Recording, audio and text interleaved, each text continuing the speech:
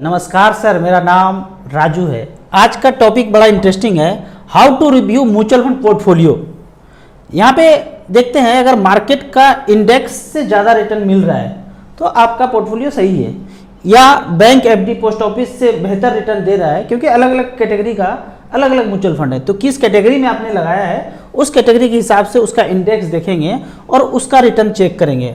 Normally equity का बात करें, नॉर्मली सेंसेक्स मतलब लार्ज कैप, उसी तरह दूसरा इंडेक्स मिड कैप का देखना है तो mid cap index, small cap है तो स्मॉल कैप का इंडेक्स देखना है।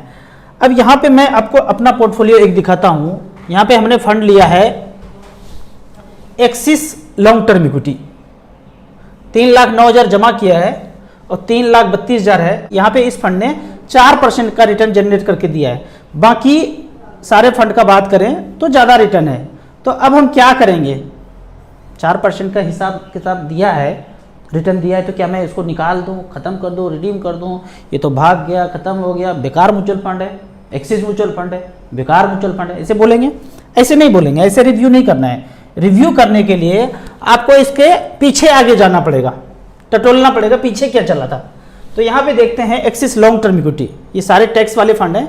अब एक्सिस लॉन्ग टर्म इक्विटी है, 2013 से लेके अब तक 17% का रिटर्न जनरेट किया है। StarSIP.in में गए हैं, यहाँ पे इसको टच किया, गाना भी गाना है, जरा जरा touch me touch me touch me. 3 महीना में, 1 साल में, 2 साल में, 3 साल में, 5 साल में क्या रिटर्न दिया? तो 1 साल में 18% रिटर्न, 2 साल में 2-2.5% का रिटर्न। तो इसी पीरियड में हमने पैसा जमा किया है। पिछले फाइनेंशियल ईयर, उसके पिछले फाइनेंशियल ईयर में पैसा जमा किया 1.5 लाख रुपया, तो इस तरह का रिटर्न दिख रहा है। लेकिन 3 साल में 17%, 5 साल में 10% और 10 साल में 17% का रिटर्न दिख रहा है। अब यहाँ पे इसका सिंस इंसेप्शन का बात करें, ऐसे ही देखना पड़ेगा सिंस इंसेप्शन कितना रिटर्न दे रहा है।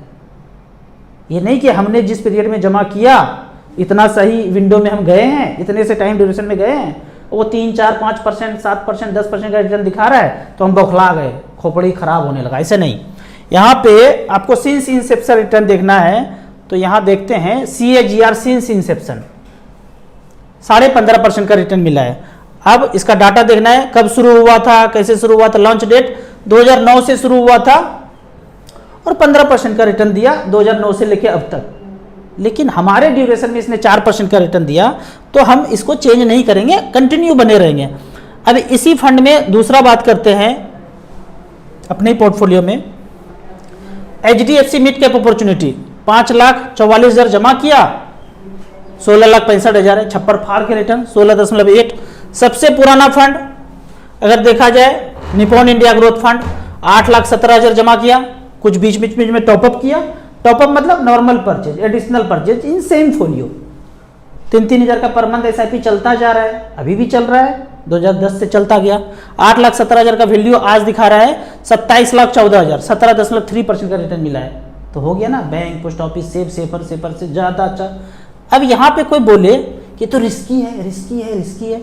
अब किसी व्यक्ति ने मान लो सेफर में जमा किया होगा 8,17,000, उसका वैल्यू 16 लाख होगा, 17 लाख होगा, 20 लाख होगा। उसके तुलना में मुझे यहाँ पे 27 लाख रुपया है, तो कौन रिस्क पे है? वो जिसको कम पैसा है वो ज़्यादा रिस्क पे है। उतने पैसे में पढ़ाई खर्चा वो हो नहीं पाएगा, हमारा होने के बाद भी थोड़ा सा बच जाएगा। तो इस लंबे समय में म्यूचुअल फंड रिस्की नहीं होता है। अब आगे बढ़ते हैं। आपने म्यूचुअल फंड का तो सारा फंडा सीख लिया, मान लो कि कैसे रिव्यू करना है, क्या करना है। लेकिन अदर देन म्यूचुअल फंड जो आपके पास पड़ा हुआ है, अगर ये कैलकुलेशन नहीं जाना तो म्यूचुअल फंड में वेल्थ क्रिएशन नहीं होगा। अदर देन म्यूचुअल फंड को देखते हैं। गोल्ड खरीदा था 2 लाख रुपया का, 10 साल के बाद बेचने गए मजबूरी में, ऐसे तो नॉर्मली बेचते नहीं है, एकदम मजबूरी हो जाए तभी बेचना पड़ता है। हाथ में कैश आया 3.5 लाख रुपया, तो क्या परसेंटेज निकला, इसका तो कोई बात ही नहीं करेगा। अरे 3.5 लाख रुपया बोला, 2 लाख में खरीदे थे 3.5 लाख हुआ, ऐसे नहीं बोल रहे हैं अरे 3.5 लाख मिला। यहाँ पे कैलकुलेट करना है, कैसे कैलकुलेट करेंगे? 2 लाख रुपया लगाया था, वन टाइम लमसम में गए, वन टाइम में 10 साल के बाद 3.5 लाख रुपये मिला, 6% का रिटर्न मिला। सब कुछ कैलकुलेट करना है कैलकुलेटर पे, StarSIP.in पे जाना है, SIP, वन टाइम, पेंशन, गोल, सबका कैलकुलेटर है। जस्ट 2 लाख रखा, 10 साल के बाद 3.5 लाख हुआ तो 6% का रिटर्न दिया। अब आगे देखते हैं कि एक प्लॉट फ्लैट खरीदा था 20 साल पहले हमारे बाबूजी ने, हमें जरूरत पड़ा, 10 लाख का चीज था, बेचे 40 लाख मिल गया। अरे क्या बात कर रहे हैं, छप्पर फाड़ के रिटर्न मिला। 10 लाख का खरीदे थे, 40 लाख हो गया। बताइए कितना बढ़ गया, कितना बढ़ गया, वो कितना बढ़ गया, उसका आंसर आपको इस कैलकुलेटर में मिलेगा। 10 लाख रुपया झोंका था, 20 साल के बाद 40 लाख 16,000 हो गया, और इस 16,000 का पार्टी कर दिए दोस्तों में। भाई 40 लाख का चीज बिका है, 16,000 एक्स्ट्रा मिला, पार्टी पार्टी कर दिए। रिटर्न देखेंगे 10 लाख का 40 लाख का 7.2 होता है, 7.2। अब बात करते हैं कि ये पैसा अगर किसी ने मचमच फंड में डाला होता, ऑल इक्विटी सेलेक्ट किया हूं 20 साल पहले, और 10 लाख रुपया झोंका होता, तो वो जो 40 लाख रुपया बना, सेफर सेफेस्ट, एकदम नजर के सामने, जिगर के पास, plot flat, Nippon India Growth ने बनाया है 10 लाख का वैल्यू। पढ़ पाएंगे, समझ में भी नहीं आ रहा है। इकाई दाई सैकड़ा, हजार, 10,000, लाख, 10 लाख, करोड़, 6 करोड़ 42 लाख रुपया, 23% का रिटर्न यहाँ पे सालाना जनरेट करके दिया है। इसको बोलते हैं compounding annual growth return, compounding. Sundaram mid cap ने 10 लाख का बनाया है 6 करोड़ 33 लाख, 4 करोड़ 86 लाख जो बनाया है उसका नाम है आईसीआईसीआई प्रूडेंशियल एफएमसीजी। अब देखते हैं कि किसने 1 करोड़ तक कितना फंड बनाया है, कहां तक जाते हैं कि 1 करोड़ बन जाता है। लास्ट वाला देखते हैं, 10 लाख का 20 साल में 1 करोड़ बना, वहां 40 लाख मिला, तो हमने बोला छप्पड़ फाड़ के रिटर्न मिला, 1 करोड़ 20 लाख, 1 करोड़ 1 लाख। फंड का नाम है LIC mutual fund flexi cap plan, 10 lakh का वैल्यू, 1 करोड़ 1 लाख।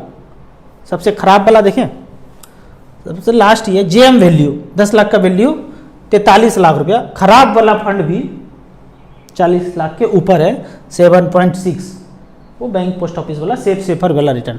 लेकिन इसमें हमको जाना नहीं है, बताया हूं मंत्र, गुरु मंत्र पता है, जिसका AUM कम है उसमें नहीं जाएंगे, बिल्कुल नहीं जाएंगे।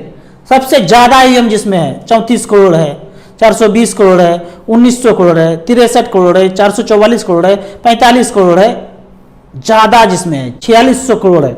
रिटर्न देख लेते हैं, 1 करोड़ 32 लाख। ऊपर जितना भी फंड है सबका AUM बहुत ज्यादा है, उसमें जाना है।